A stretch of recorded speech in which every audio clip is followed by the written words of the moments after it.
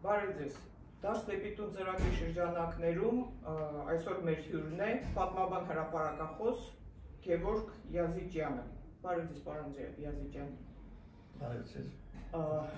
Քանի որ մեր ծրագիրը կոչվում է Դաշտ դեպի տուն, իսկ մենք գիտենք հայոց լավագույն զավակները միշտ վրիժառության տենչով եւ վրիժառություն իրականացնելով մաքրել են ազգը ազգային կեղտից։ Այսօր կուզենք խոսենք հայոց վրիժառության վերադարձի թեմայով, քանի որ մեր ազգը պարբերաբար պատմության ընթացքում անցել է պատերազմներով, տեսել է հերոսամարտեր, իրականացրել է հերոսամարտեր եւ միաժամանակ տեսել է դավաճանություն։ Ցավալի է, սակայն մեր ազգը ոսկե միջինը չունի, մենք ծայրահեղություն ենք։ Մենք կամ կռվում ենք առյուծաբար, կամ դավաճանում ենք։ Եվ քանի որ պատմության մեջ վրիժառության ծրագրեր իրականացվել են ոչ միայն արտաքին թշնամիների հայ ազգի, այլև ներքին թշնամիների նկատմամբ, ցանկանայի ձեզ տալ շատ ծեծված, բայց շատ կարևոր մի հարց։ Ինչ դասեր պետք է քաղել 44-օրյա պատերազմում։ Բարի, շնորհակալ եմ հնարավորության համար, նախորդ եմ ընդհանրապես հաղորդումների շարքը, որ կոչվում է Դաշտ դեպի տուն, հասկանալի է տունը դա մեր ընդհանուր տունն է, մեր ազգի տունն է, որ կոչվում է Հայաստան։ Եվ Հայաստան դա մենակ Հայաստանի Հանրապետությունը չի, ինձ համար Հայաստանը դա հայկական բարձրավանդակն է, որի սահմանները արևմտյան Եփրատից դարազվում է մինչև հայոց արևելյան կողմը եւ հյուսիսային կողմից Բիրքի լեռնաշղթաներից մինչև Բասկայքը ներառյալ։ Ցավոք սրտի մենք այդ պատմությունը մեր հայրենիքի սահմանները հստակ չգիտենք եւ այսօր նաեւ գիտեք ինչպեսի նաեւ քաղաքական խափանարարություն է լինում ինչ վերաբերում է հայրենիք հասկացության։ Այսինքն սահմանափակել դա իրական հայրենիք ինչ որ արտահայտությամբ մենակ Հայաստանի Հանրապետության սահմաններում, այո, Հայաստանի Հանրապետությունը Հայաստանի մի մասն է, անբաժան մասն է, բայց Հայաստանը չէ, Հայաստանի մի մասն է, բայց Հայաստանի չի կարող հավասարվել։ Այ հիմա որ այս հարցը տվեցիք վրիժառության հարցը, այդտեղ նաև պիտի ասել, որ բավական շատ է այդ գաղափարական խափանարարությամբ հայության զգոնությունը, գիտակցությունը, ազգային ուրեմն արժանապատվությունը թուլացնող այսպիսի ուրեմն գաղափարներ տարածողներ, որոնց նկատմամբ եւս պետք է լիներ վրեժխնդիր։ Բայց ասում եմ, վրեժխնդրությունը մենակ նպատակ չպետք է լինի, այլ ինքը լինի միջոց հասնելու գերնպատակին, իսկ գերնպատակը հետևյալն է, որ ես սահմանում եմ, այդպես եմ հասկանում հայդատ կամ հայկական հասկացությունը, հետևյալ 3 ուրեմն գործոնների միասնության բառակայում։ Առաջինը ուրեմն հայոց հայրենիքը, այսինքն Հայաստանի քիչ առաջին բացատրած սահմաններով Հայաստանի վերադիրում, երկրորդը այդ վերադիրացված հայրենական տարածքի վրա բացառապես հայկական գերիշխանության հաստատում, այսինքն ոչ մի ընդհանուր պետություն, ոչ մի հայ-քրդական, հայ-թուրքական, ոչ չգիտեմ ինչ եւ այլն, որտեղ նույնիսկ մի տխմար արտահայտություն, որ իբր թե վերցնենք եւ քրդերին բարձու տանք, կամ չգիտեմ ինչ այսպիսի ապուշ արտահայտություններ տանք, եւ երրորդը, որը նաեւ ցերես հաղորդման անվան մեջ է, այդ տարածքի վրա հայության վերամիավորում։ Այո, մարդ պիտի ապրի իր հայրենի տան մեջ, իր հայրենիքի մեջ։ Եվ ես էլ այդ օրինակներից մեկն եմ 80 թվականից եկել եմ այստեղ ուսանելու եւ ես գտա իմ տունը, իմ տեղը գտա։ Այո, այն ժամանակ ուրեմն հայությունը դրան պիտի կամ նաեւ այդ վրեժխնդրության բառակային։ Դեսեք, թուրքերը ուզեցին Հայաստանը պարբել երկու տարբերակով եւ մինչեւ այլ այդպես են անում։ Այսինքն վերջին օրինակ Արցախի հայության հետ է կապվում։ մեկը ֆիզիկապես վերացնել, իսկ եթե դա չի հաջողվում կամ դրան զուգահեռ դարագրել, այսինքն երկրից հանել, արտագաղթեցնել, բռնագաղթեցնել։ Երկու դեպքում էլ հայազրկվում է հայրենիքի հողը հայազրկվում է։ Դա է մեր թշնամիների նպատակը։ Սրան դեմ դնելու համար պետք է նաև գաղափարապես հետևյալ անել։ Այդ դարագիր զանգվածների մոտ, մանավանդ դրանք, ովքեր հայրենիքից դուրս եկան ու տարածվել են արաբական աշխարհում, հետո Հունաստանի, Եվրոպաներ, Ամերիկաներ եւ այլն, դրանց մոտ ուրեմն հայությունը հայտնվեց այդ երկրներում ոչ իր ցանկությամբ, այլ թուրքերի իրականացած ցեղասպանության հետևանքով։ Բայց թուրքերի ծրագիրն ենք մենք այսօր իրականացնում անգիտակցաբարթեգուս, որովհետև եթե դու հայրենիքը Հայաստանը չես համարում քո վերջնական հանգրվանը, որտեղ պետք է հավաքվես, որտեղ քո արմատավորվես, որտեղ արարես, սերնդագործես եւ այլն, դա լինում է, որ ասեք թե դու լավ, կառուցեցինք դպրոցներ, չգիտեմ, եկեղեցիներ, տարբեր բաներ, հայություն վայեցինք, հայապահպանում կատարեցինք, այդ սպիրտում շատ տարածված տերմին է դա, եզր է, հայապահպանում, նպատակը որն է, հայ մնացինք, լավ, 2-3-5 սերունդ հետո bir մեկ է ջուրվում ես, ուրեմն վերադարձ դեպի հայրենիք, իսկ վերադարձ դեպի հայրենիք լինելու համար նաև առաջիններից մեկն է պիտի հայրենիքից արդահոս կգանգնեցնել, եւ հիմա պիտի գանք դրան, դուք գիտեք Հայաստանի ազատագրության հայ գաղթի բանակ ասալա կազմակերպությունը իր գոյությունը իր ծննդյան մասին հայտարարեց 1975 թվականի հունվարի 20-ին Բեյրութում եւ ոչ թուրքական թիրախ չէր դա առաջին գործողությունը դա անչագոչված որը անգլերեն բարերի ապահում է ոչում է անդուն հայերի ուրեմն դեղավորման ամերիկյան կոմիտե որ առաջին նպատակը հետևյալն է բայց կար մոտավոր նպատակ եւ հերավոր նպատակ առաջին նպատակը դա ռազմագերիները որ երկրորդ համաշխարհային պատերազմից հետո մնացին Գերմանիայում եւ որոնք արդեն սովետական բանակի ուրեմն հայ զինվորներ էին բայց գերի են ընկել եւ որոնց կարող էր սպառնում էր Սիբիր աքսորը կամ գնդակահարությունը եւ այլն Ստալինյան ժամանակ դրանց դեղափոխել դեպի Ամերիկա միգուցե այստեղ կա ինչ-որ մարդկայնական գոհ, բայց այդ գառույցը, անչագոչված գառույցը, հետո սկսեց հայերին դեղափոխել մեծ հայաստանյան տարածքներից, ասեմ, Բուլղարիա, Ռումինիա, Իրաք, Եգիպտոս, Հորդանան, Բաղեսին, Սիրիա եւ Լիբանան։ Այսինքն բուն Հայաստանի, որին պիտի հետևեր Հայաստանից արդեն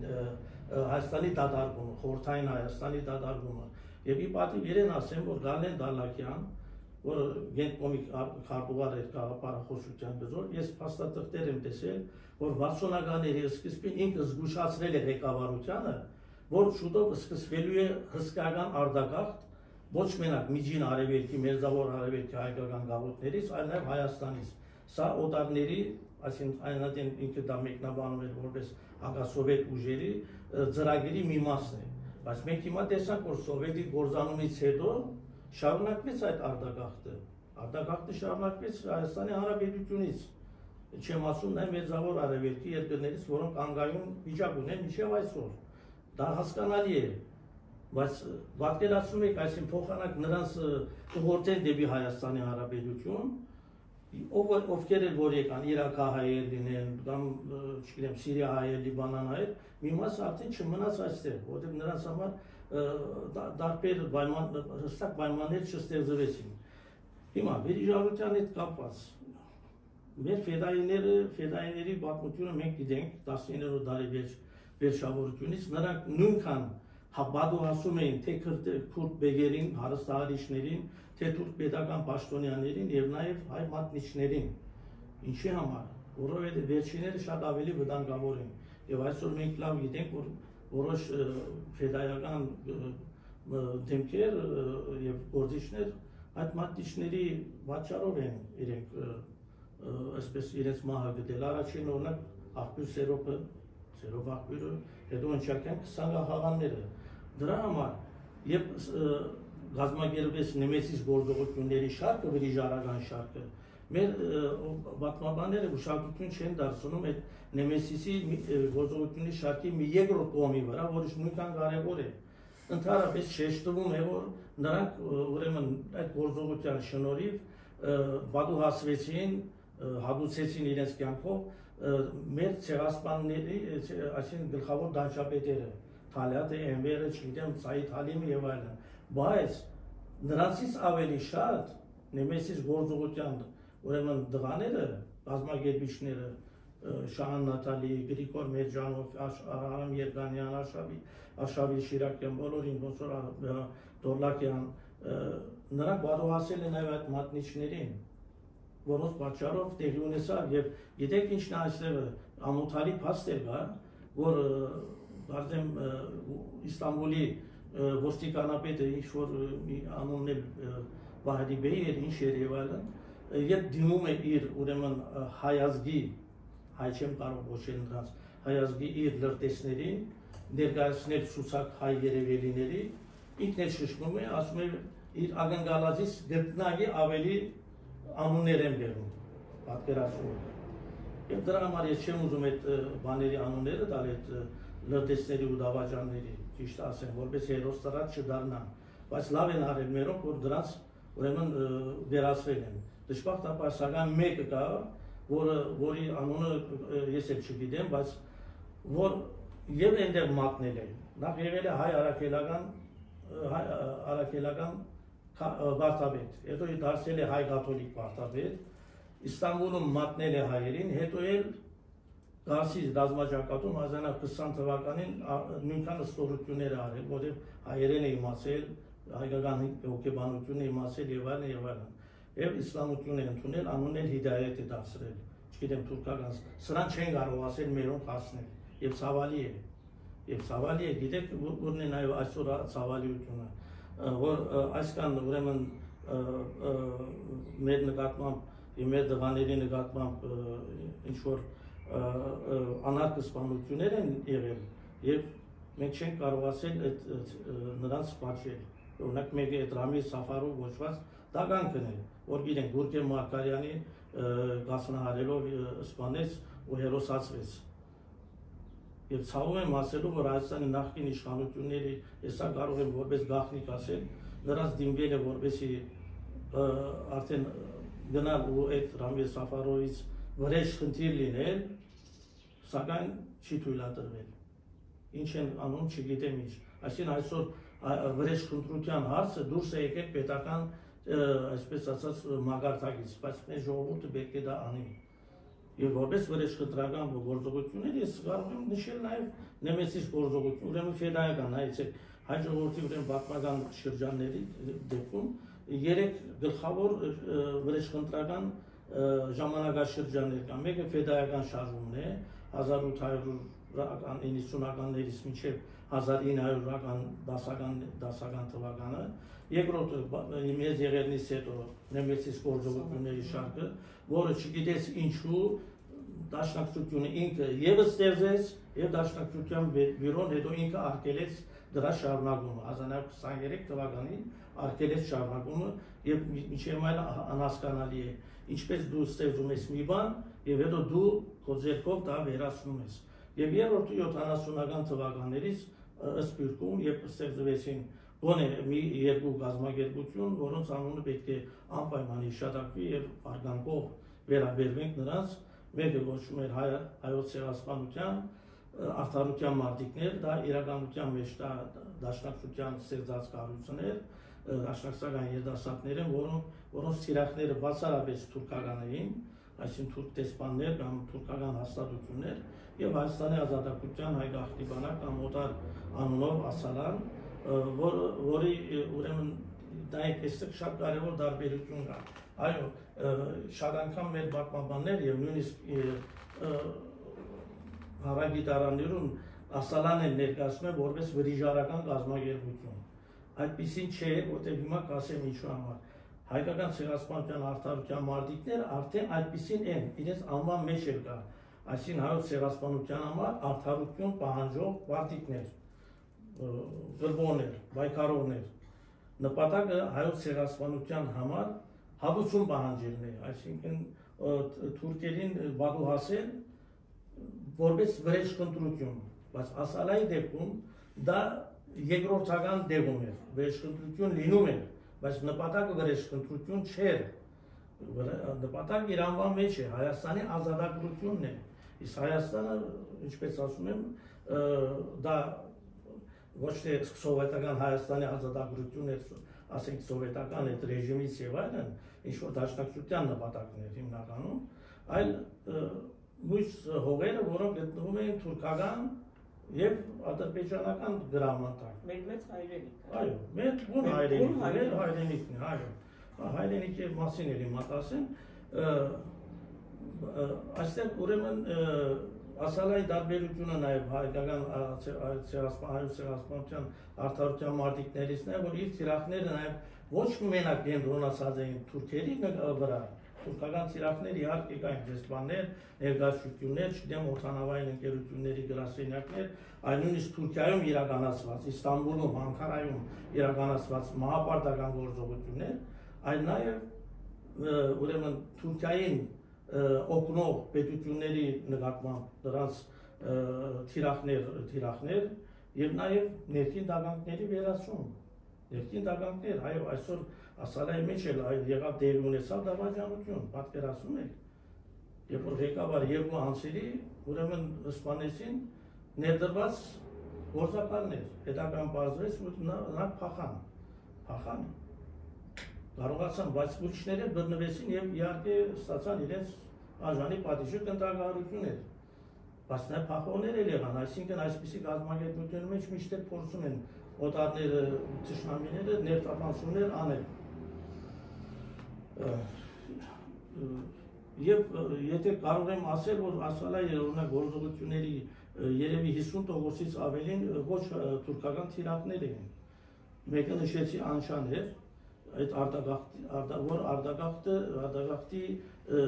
դուր էր բացել Մերձավոր Արևելքից 75 թվականին, բայց նաև Ասալան էլ գիտակցում էր, որ դրա շարունակությունը հասնելու է մինչև սովետական Հայաստան եւ սովետական Հայաստանի պարբում, եւ դա արդեն արագացավ 80-ական թվականներին, իսկ 90-ականներին այսպես կոչված անկախության հռչակումից հետո բոլորս էլ գիտենք այդ ցուրտումուտ տարիներին 1 միլիոն երևի գնաց ու հետո շարունակվեց մինչև այսօր էլ շարունակվում է։ Եվ դժբախտաբար նաև կա այստեղ մի ավելի վտանգավոր մի կողմ, այդ արտագաղթից ավելի ավետալի երևույթ կա, որ լինելու է դատարկված Հայաստանի Հանրապետությունը լցնել օտարազգի հայության հետ ընդհանրապես կապ չունեցող մշակութային, պատմական, կրոնական, չգիտեմ աշխարհայացքային, նույնիսկ ռասայական ընդհանրություն չունեցող մարդկային կամ մարդադեսք հավաքականություններով։ Այսինքն այն ինչ կատարվում է այսօր կատարվում է, այո, այսօր սկսվել է, իհարկե հիմնականում մենք տեսնում ենք հնդիկներ, հնդիկները այսինքն եվրոպական ռասային են պատկանում, բայց չզարմանանք, եթե մեծ քանակով Հայաստանում հայտնվեն նեգրեր, Աֆրիկայի խորքերից եկած, վիետնամացիներ, լաոսացիներ, կամբոջացիներ, չինացիներ, հարգում են բոլոր ժողովուրդներին, բայց դրանք մեր երկրում գործ չունեն։ Սա է ուզում, այսինքն Հայաստանը աշխարհի միակ երկիրն այսօր, եթե չհաշվենք Վատիկանը, որ Վատիկանը ինքնին արդեն ազգային պետություն չի, ինչ-որ տարբեր ժողովուրդներից գոյացած կրոնական կենտրոն է, բայց պետություն է համարվում, աշխարհի միակ պետություն է, որ 97%-ով մոնոէթնիկ է, հայեր են, իսկ սա դա վտանգավոր է, դա գլոբալիզացիայի ուժերի համար անընդունելի փաստ է, պետք է այնպես անել, ուրեմն երկկողմանի աշխատանք, մեկը դատարկել հայությունից Հայաստանի Հանրապետությունը, երկրորդը այնպես անել, որ այդ նույն դատարկված տեղը լցրել հայության հետ, ասում եմ, ընդհանրական կապ չունեցող ժողովուրդներով, որպեսզի հնարավոր լինի հետագայում հենվելով այդ հավաքականությունների վրա, իրենց տարբեր ծրագրեր իրականացնել Հայաստանի Հանրապետությունում, որովհետև ինչ է լինի, այո, ներքին դագանք էլ գոյություն ունի Հայաստանի Հանրապետություն, որոնց մի մասը իշխանության է հասնում նաև եւ իշխանության լեզակներով է փորձում այդ բոլոր այսպես օտար հայավնաս ծրագրեր իրականացնել, բայց արդեն այդ մյուս հավաքականությունները շատ ավելի սիրով, շատ ավելի այսպես նվիրվածությամբ գծարային այդ հայավնաս ծրագրերը, որտեղ Հայաստանի հետ իրենք որևէ մեկ հոգեբանական, այսպես բարոյական, էութենական կապ չունեն, իրենց համար Հայաստանը այսօր Հայաստանը կարող է Վրաստան լինել, մյուս օրը Լեհաստան, իր համար տարբերություն չի անում, որտեղ իր համար շահեր կան, կարող է այնտեղ մնալ, այսինքն ինչպես որ նաև ցավոք սրտի հայերի մի մասը արտասահմանյան երկրներում այսօր այնտեղ է մնում, շատեր համարում են նաև իրենց հայրենիքի, մտան հայրենիք հասկացության, ես զբաղվում եմ տարիներ ի վեր հայրենիք հասկացության մասին սահմանումներ հավաքագրելով հայկական աղբյուրներից, այսինքն ինչ են հասկանում, մենք ինչ ենք հասկանում հայոց հայրենիք ասելով, եւ դժբախտաբար գիտեք 54 սահմանում ես արդեն հավաքել էի, 55-րդ եղավ այսօրվա ղեկավարի իրական Հայաստան արտահայտությունը, իրական Հայաստան, որը ինքը հավասարեցնում է Հայաստանի Հանրապետության, այսինքն որպես պետության, հայրենիք եւ պետությունը հոմանիշ չեն կարող լինել։ Պետք է շատ հստակ տարբերակեն մեր զանգվածները, ժողովուրդները, հետեւյալ 4 հասկացությունները՝ հայրենիք, պետություն, վարչագահ եւ իշխանություն։ Այո, կարող է Հայաստանում լինի սովետական վարչագահ, հանրապետական վարչագահ, թագավորական վարչագահ եղել, իշխանություններն են եկող գնացողներ են, բայց պետությունն էլ կարող է սահմանները ընդլայնվեն, փոքրանա, նույնիսկ օտար հողում ստեղծվի հայկական պետություն, Գիլիկիայի հայկական պետություն։ Այո, հայկական պետություն էր, բայց դա հայոց հայրենիքում չէր։ Շատեր այսօր շփոթում են, որ Գիլիկիան էլ է Հայաստան։ Դա մեծ սխալ է, ոմանք նույնիսկ արևմտյան Հայաստան են պատկերացնում, ոչ։ Դա մերձակա արտասահմանն է, ինչպես ասենք մերձակա արտասահմանն է Թբիլիսին, բայց Թբիլիսին Հայաստան չէ, դա վրաստիների հայրենիքի մի մասն է, չի դա խոսենք, ուրիշ բան է Ջավախքը, հասկանալի է, Ջավախքը մեր հայրենիքի մեկ մասն է Վրաստանի տարածքում, բայց երբ որ արդեն հայրենիք հասկացությունը լղոզվում է, մանավանդ Սփյուռքում շատ է տարածված հետևյալ արտահայտությունը, առաջին հայրենիք, երկրորդ հայրենիք կամ երկու հայրենիք, մեկ հայրենիք Հայաստանն է, ենել Հայաստանը իրենք էլ չգիտեն որն է, Հայաստանի Հանրապետություն, Արցախը հետը եւ այլն, եւ նաեւ իր ապրած երկիրը, Ֆրանսիան է, Լիբանանն է եւ այլն է, չի կարող մեկը երկու մայր ունենալ, նույնիսկ երկրորդ մայրը, եթե նույնիսկ իր, ասենք թե ոչ կենսաբանական մայրն է եւ իրեն խնամում է, նա չի կարող հավակնել կենսաբանական մորը դերին, ու մայրը ուրիշ է, բայց դժբախտաբար այսօր երբ այսպես է լինում, սկսում է ինքնության լղոզումը եւ մարդը իրեն համարում է, օրինակ նույնիսկ մեր սիրելի ողորմած, ասենք լուսահոգի Շարլ Ազնավուրը մի արտահայտություն են, ասում է ես 100% հայ եմ եւ 100% ֆրանսացի եմ, չի կարող լինել նման բան, դա երկաթում է, դա ինքնության շիզոֆրենիա է կամ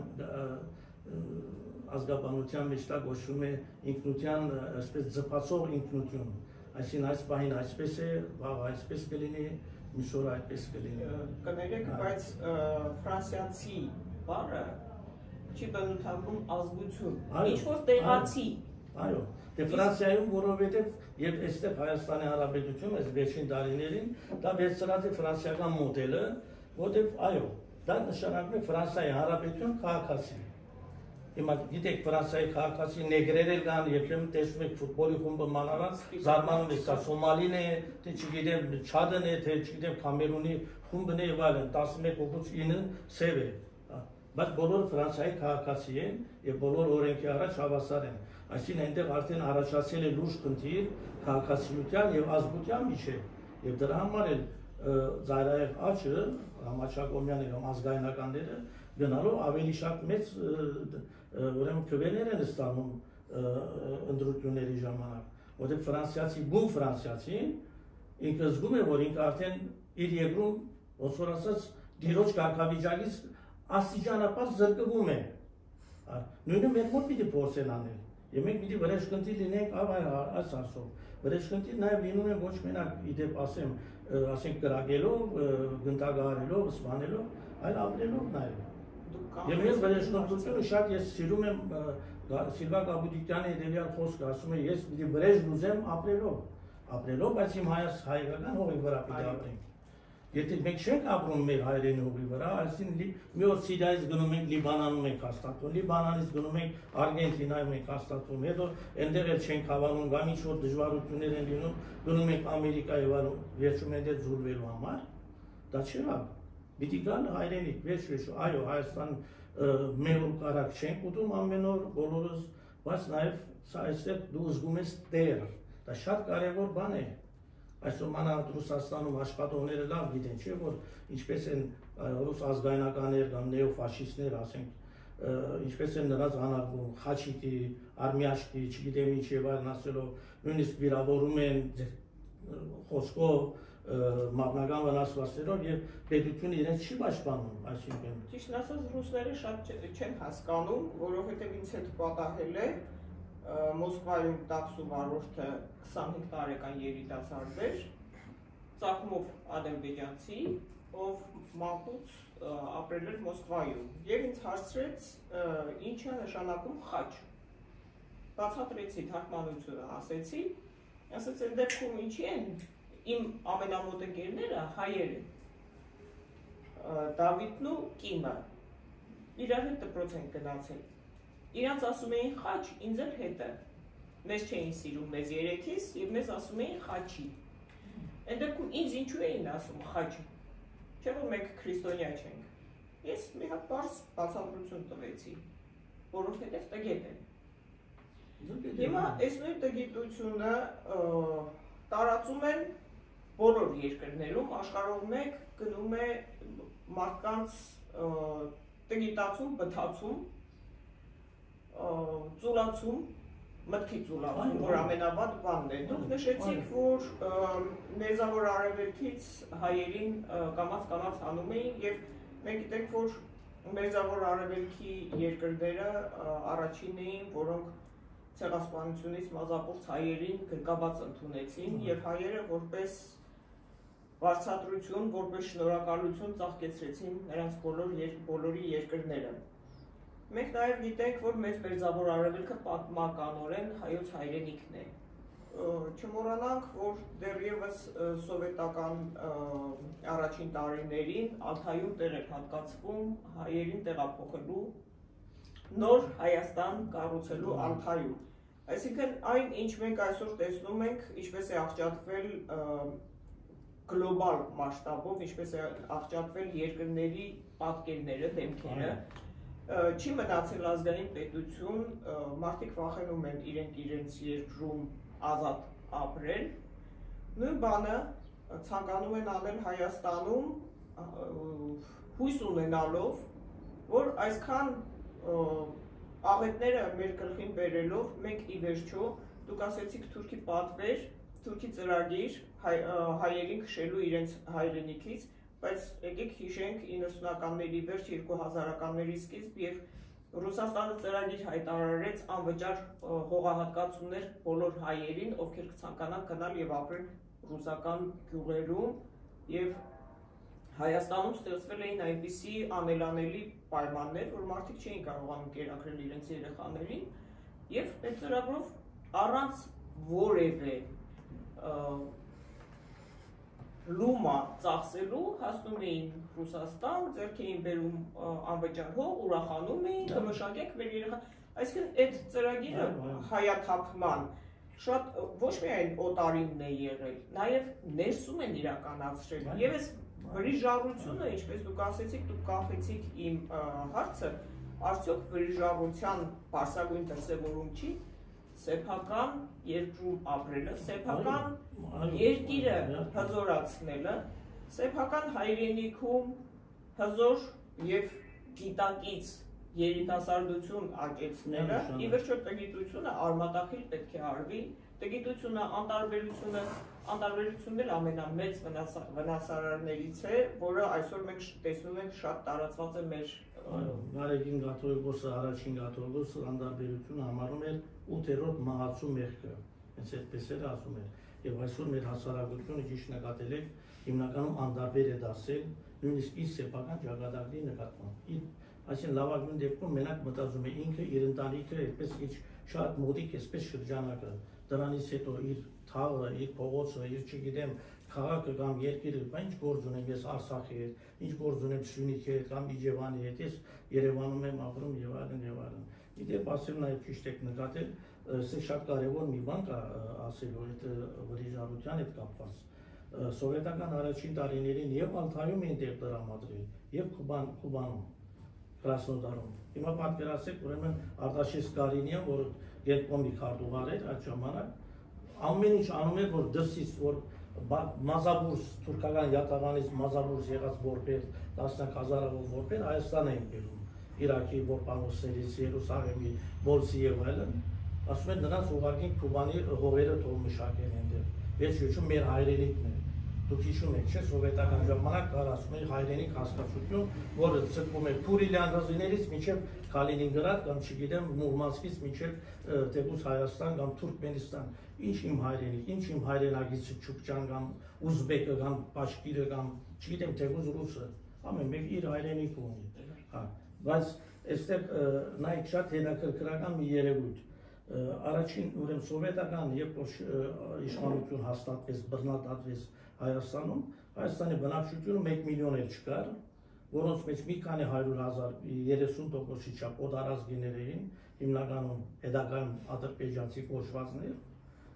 բայց մենք տեսանք, որ ասենք սովետի կորզանման ժամանակ 80-ականների վերջին մոտավորապես 4 միլիոնի էր հասնում,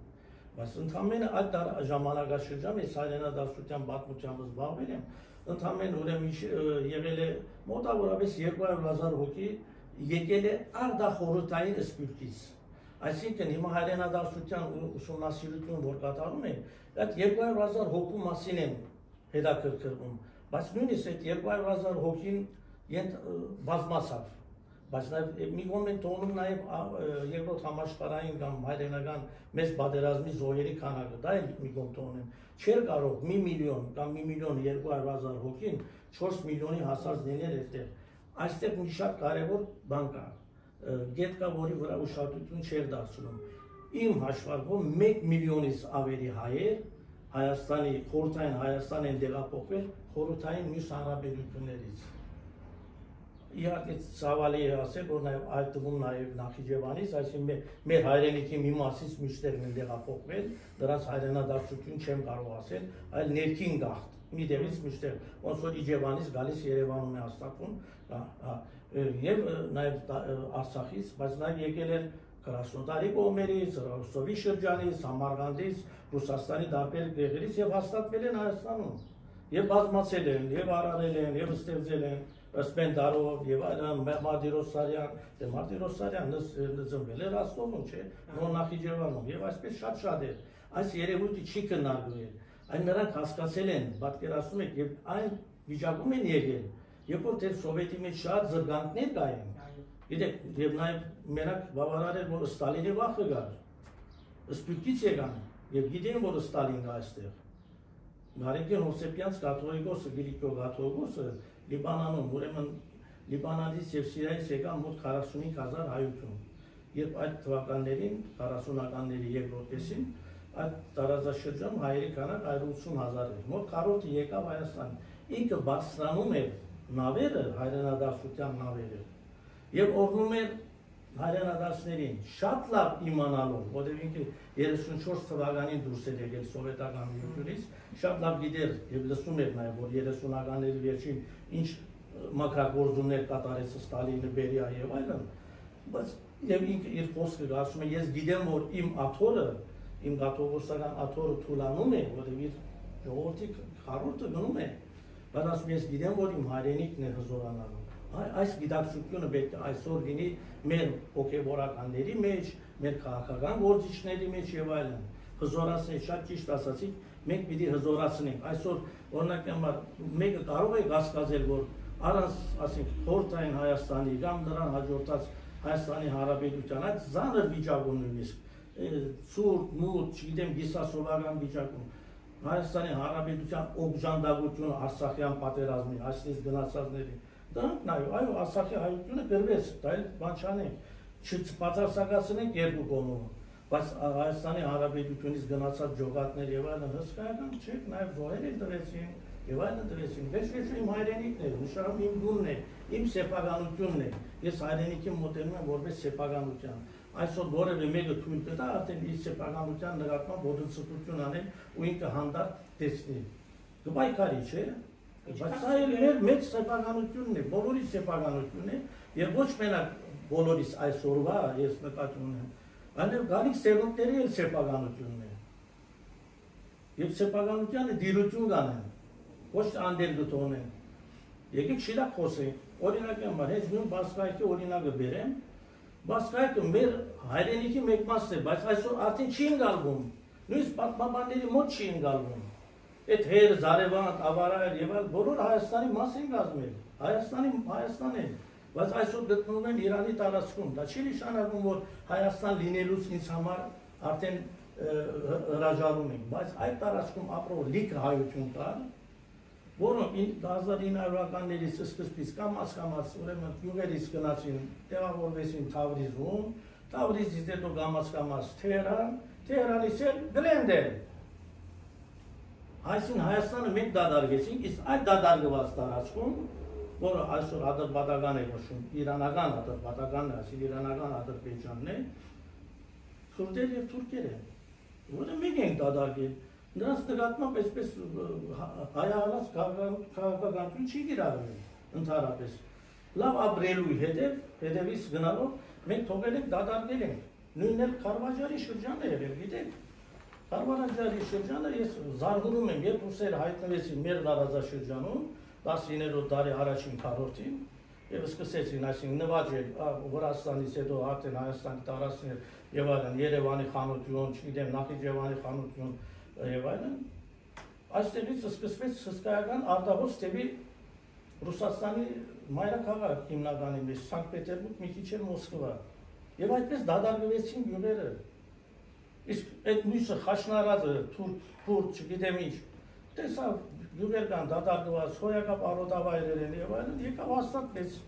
Մի 2-3 սերունդ հետո էլ արդեն բազմանալով էլ, ասում է սա իմ երկիրն է, իմն է։ Այդպես է ասում։ Նույնն իմ Ալիևը նույն բանն է ասում, որտեղ մենք ենք դադարվում, մենք պետք է դիրություն անենք։ Այդ դիրություն անելը դա վրեժխնդրությունն է։ Սիրելիներ, ես երբեմն սպիկայել ինձանից նեղանում են, երբ որ ասում եմ, որ դուք մնալով արտասահմանում, երբ ունեք հնարավորություն գալու եւ հաստատվելու Հայաստանում,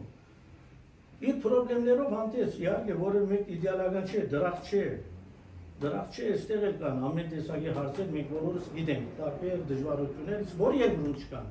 բայց այստեղ ունեք մի բան, որ դուք ուրիշ տեղ չեք գտնի, այստեղ ձեր հայրենիքն է, ուրիշտեղ եթե դուք հայրենիք համարում եք, արդեն նշանակում եմ նվազագույնը բռնել եք ուզածման ճանապարհը,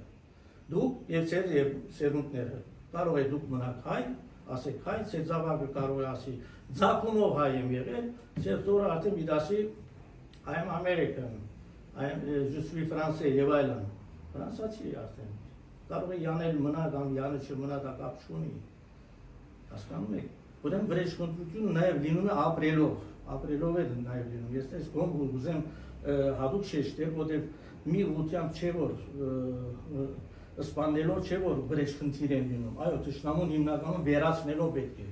բայց նաեւ ներքին դագանքին էլ վերացնել պետք է,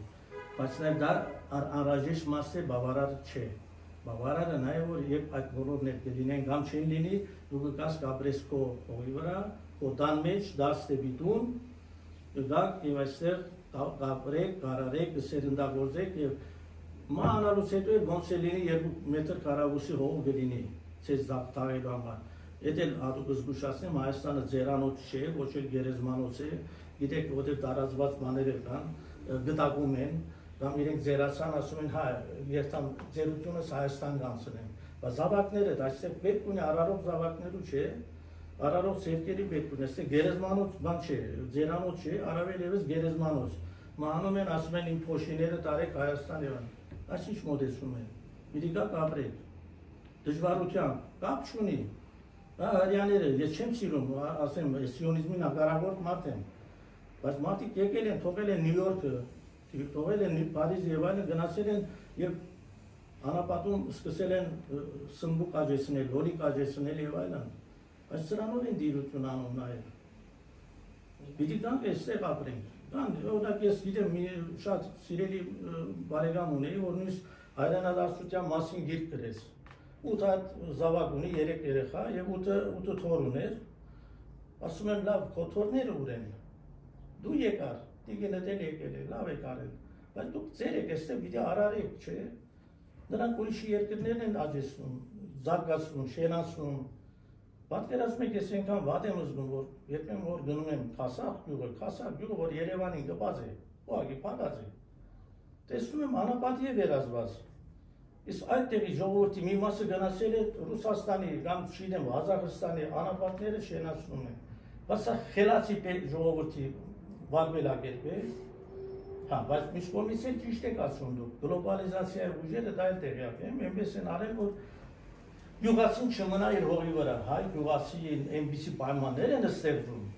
երիք չի բնական ավետները, կարգուդը, ցրտահարությունը, դու չգիտեմ երաշտը երբեմն, այլ ոռոգման ջուրն են երբեմն թանկացնում, ոռոգման ջուրը չեն տալիս, փչանում են եւ այլն, գյուղացուն չեն օգնում, վերջում հայտնվում է բարտկերի տակ եւ ստիպված բարտկերը փակելու համար թողնում է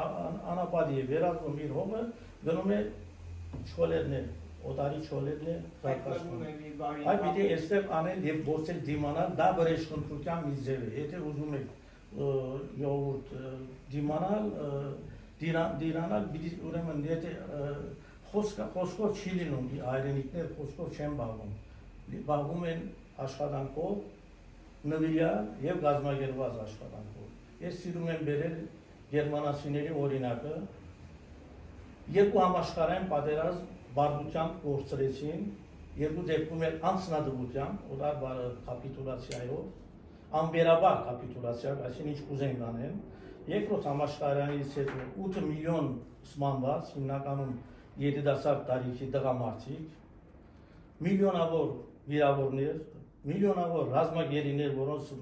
բերեցին Սովետական Միությունում աշխատացրեցին, մնացած ինչ որ մնացել էր ֆաբրիկներից եւ այլն, գողացան, տարին Սովետ Միություն տարին եւ այլն, ինչ արեցին գերմանացիները։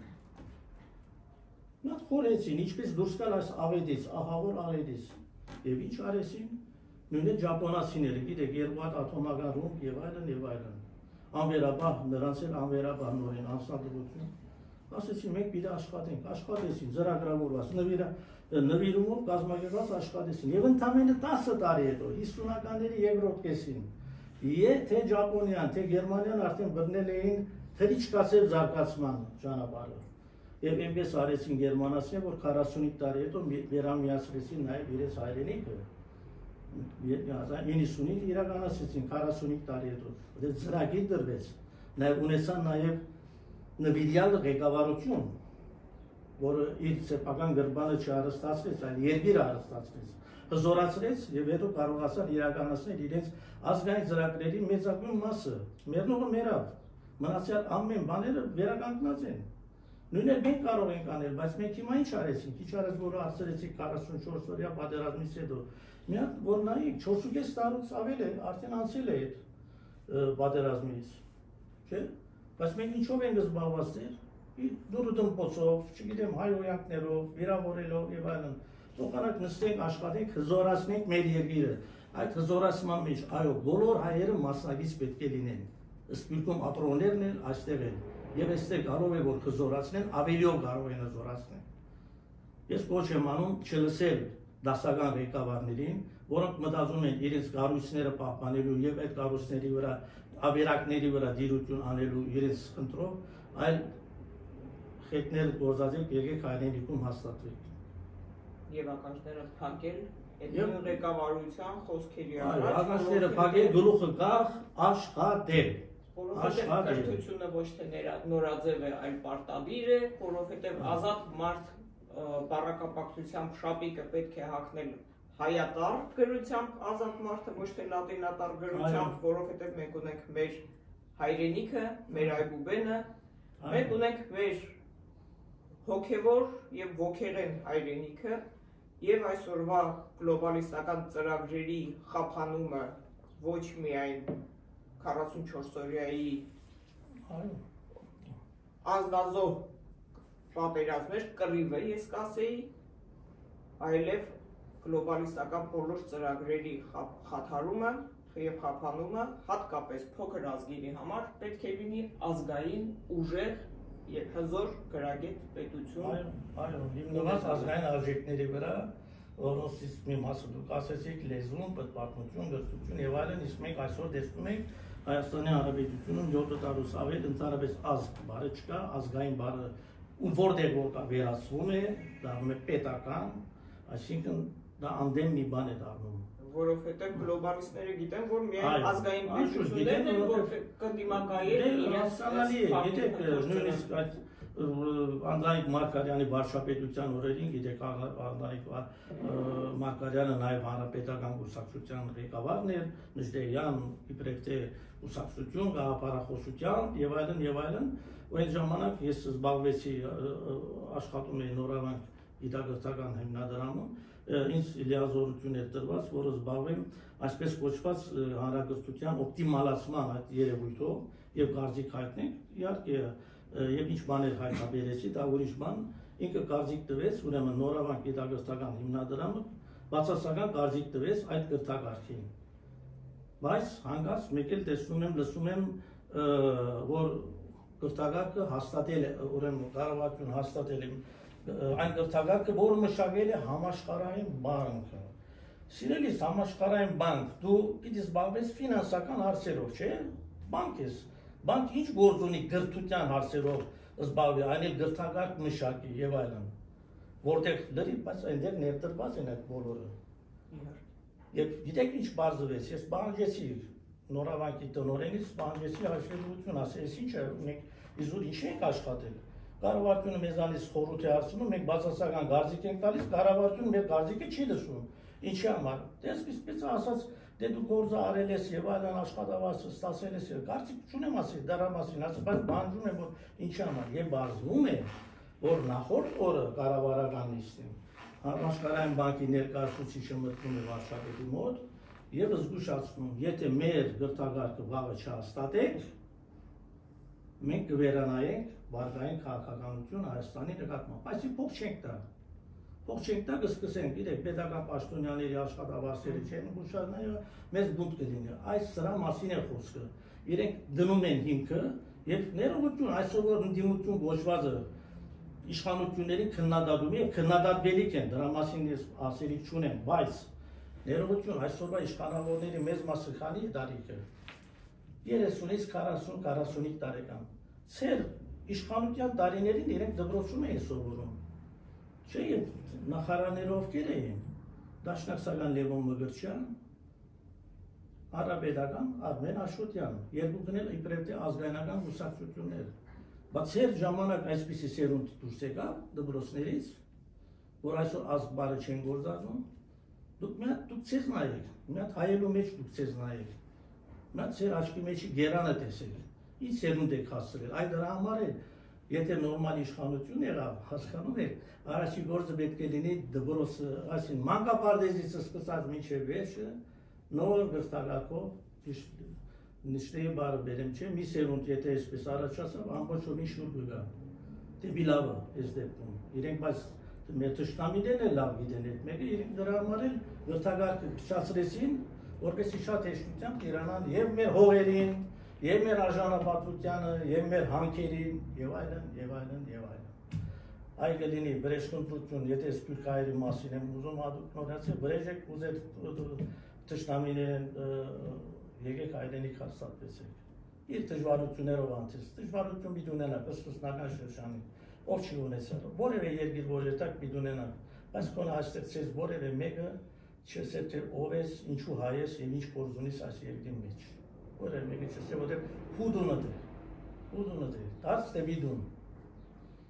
Շնորհակալություն, պարոն Յազիկյան։ Ես եմ շնորհակալ, իհարկե։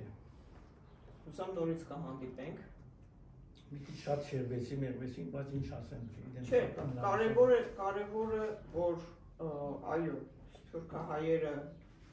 վերադառնան հայրենիք, իսկ հայրենիքում ապրողները հասկանան ազգային պետություն ունենալու կարևորությունը։ Միակ փրկությունը այսօր բոլոր ծրագրերից։ Գիտեմ, Աստված ասեմ մարդ արարածին տված մեծագույն ասենք թե բարիքը առաջինը իհարկե կյանքն է, երկրորդը առողջությունն է, նույնն է ազգերի դեպքում առաջինը իրենց գոյությունն է, երկրորդը իրենց սեփական հող, սեփական տուն ունենալն է։ Մենք ունենք այս բայց ճիշտ չենք գնահատում, արժանի չենք գնահատում մեր ասունեցած մեծագույն հարստությունները, չենք գնահատում, ցավալի է։ Եվ դրանից օգտվում են մեր թշնամիները։ Կարծեք իշխան, հողին վրա ուրիշին։ Շնորհակալություն։